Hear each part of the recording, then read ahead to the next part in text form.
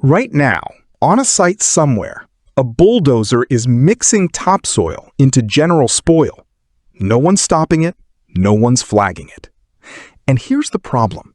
That hectare of topsoil they just destroyed, it took nature 1,000 years to build it. You're not getting it back. Not this year, not this decade.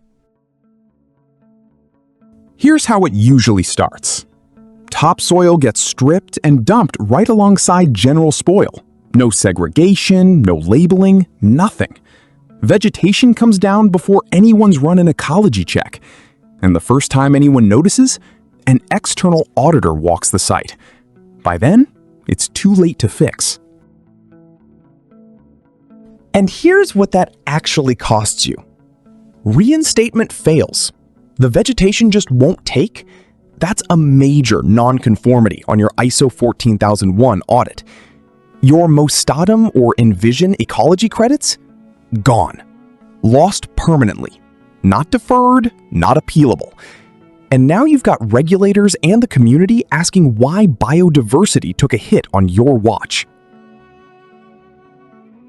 So let's fix that. By the end of this video, you'll know exactly how to identify topsoil before clearance even starts. You'll have a 3-stage stockpile method you can apply tomorrow.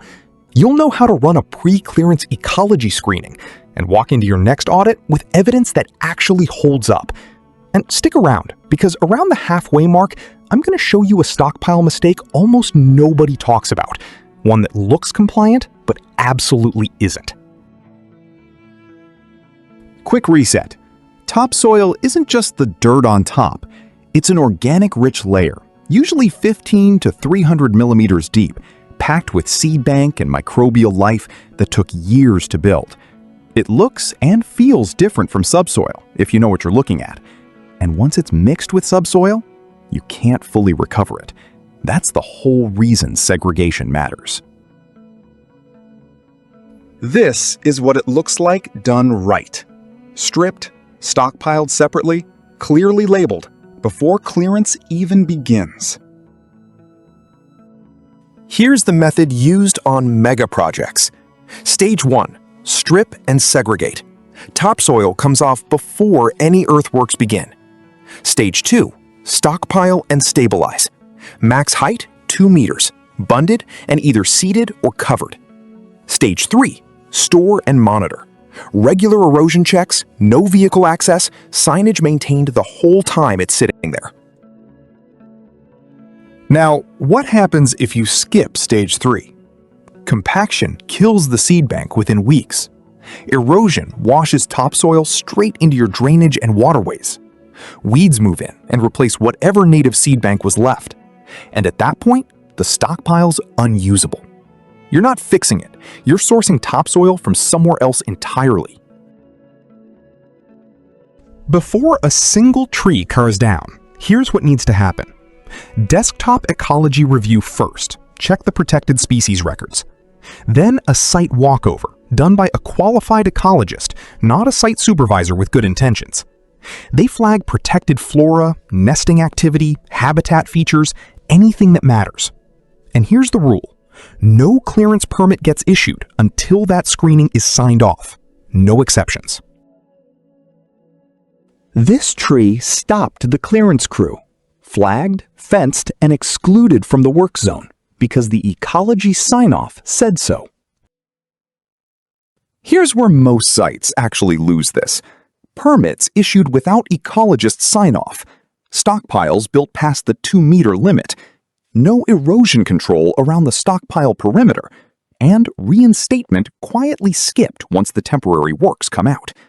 If any of those sound familiar, that's your starting point. Putting it back correctly looks like this. Subsoil goes back first, decompacted. Then your stored topsoil gets respread at that original 150 to 300 millimeter depth.